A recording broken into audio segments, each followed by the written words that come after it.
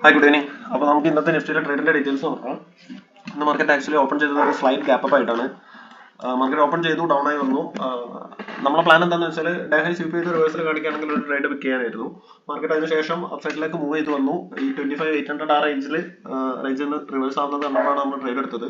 എനിക്ക് തോന്നുന്നു ട്രേഡ് എടുത്തത് ഈ 935 ക്യാപിറ്റൽ ക്ലോസിലായിരിക്കും. ഞാൻ നിങ്ങൾക്ക് ഓർഡർ ബുക്ക് കാണിച്ചു തരാം. ഇതായിരുന്നു ഇന്നത്തെ ട്രേഡ്. 935 എൻട്രി എടുത്തു, 938 നമ്മൾ പ്രോഫിറ്റ് ബുക്ക് ചെയ്തിട്ടുണ്ട്. നോർമലി വെക്കുന്ന പോലെ തന്നെ 20 പോയിന്റ് എസ് എല്ലും 40+ പോയിന്റ്സ് ടാർഗറ്റാണ് നമ്മൾ ഇന്ന് ക്യാച്ച് ചെയ്തത്.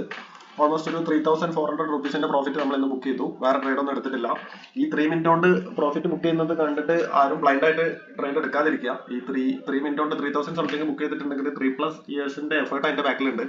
അപ്പോൾ ആരും ബ്ലൈൻഡ് ആയിട്ട് ഓപ്ഷൻസിലൊന്നും ട്രേഡ് ചെയ്യാതിരിക്കുക, പഠിച്ചതിന് ശേഷം മാത്രം ചെയ്യാം. അപ്പോൾ ഇതായിരുന്നു ഇന്നത്തെ ട്രേഡ്. മാർക്കറ്റിന്റെ നിഫ്റ്റിയുടെ സ്ട്രക്ചർ നോക്കുകയാണെങ്കിൽ മാർക്കറ്റ് അതിന് ശേഷം നല്ല രീതിയിൽ അപ്സൈഡിലേക്ക് ഷൂട്ടപ്പ് ആയിട്ടുണ്ട്. നിങ്ങൾക്ക് ഡാക്കറ്റിൽ കാണിച്ചു തരാം. ഇതാണ് ഇപ്പോഴത്തെ നിഫ്റ്റിയുടെ സ്ട്രക്ചർ.